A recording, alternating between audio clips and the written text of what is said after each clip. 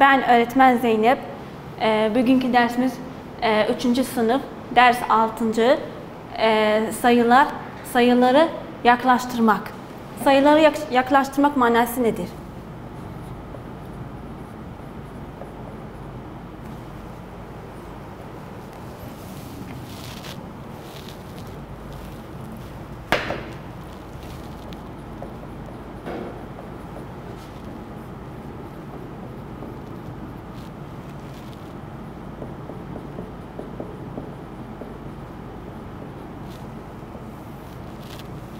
Sayıları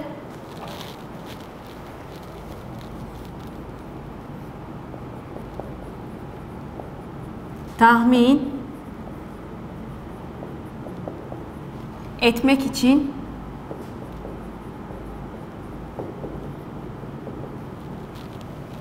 yöntemdir.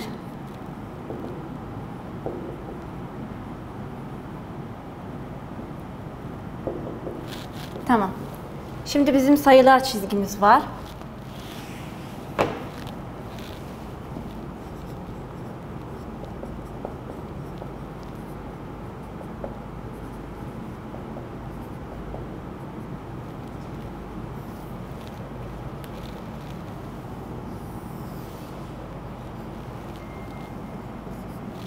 Mesela burada 10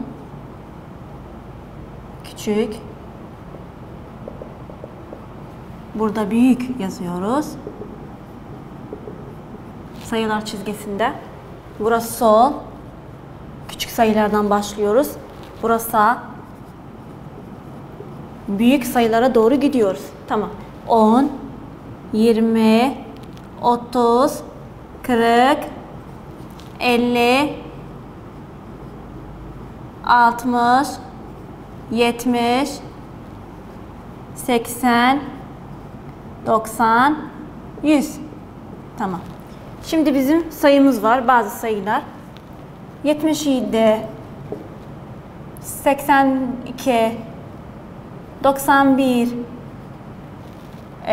65. Şimdi bu sayıları resimler çizgisine yerleştiriyorum. Ne yapıyorum da? Sayıları yaklaştırmak, yakınlaştırmak manası nedir? Sayıları tahmin etmek için yöntemdir. Tamam. Şimdi 65. 65 sayısını buluyorum. 60 burada. 65. Tamam. İki sayıya yakın. Ya hem 60 hem 70. Onların ortasında. 65. 77. 70 burada. 1, 2, 3, 4, 5, 6, 7. 77. Hangi sayıya daha yakın? 80'e yakın. 70'e yakın değil. 77.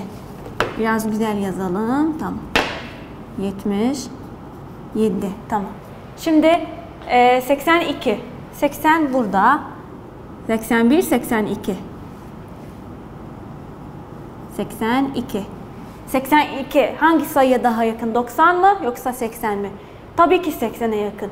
90'a yakın değil. Ve 91. 91.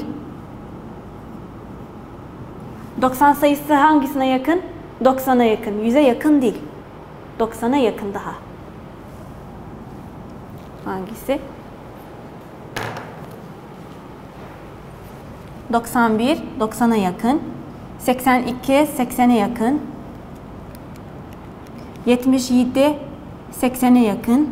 65, ikisine yakındır. Hep 60 hem de 70. Tamam. Bunları yerleştirdik. Şimdi gelelim sayfa 17. Soru 2. 643. Bunlarda sayılar çizgisini 600 buluyoruz. 600 burada. 643. 43. Burada. Yeri burada bunun. Tamam.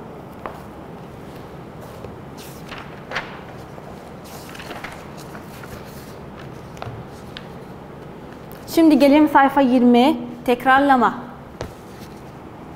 Bunlarda her sayının sonu 0, 2, 4, 6 veya 8 olursa bu sayı çift.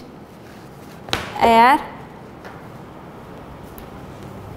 0, 2 sayılar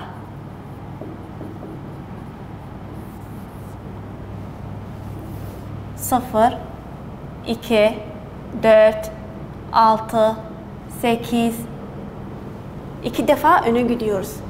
10. Bunlar ne? Ne söylüyoruz bunlara? Çift. Çiftler bunlar. 0, 2. 2 sayı daha öne gidiyor. 4, 6, 8, 10. Bunlar çift söylüyor.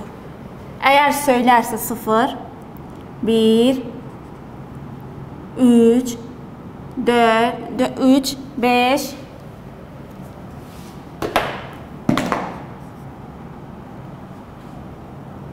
7, 9. Eğer bunlar görürseniz bunlar tek.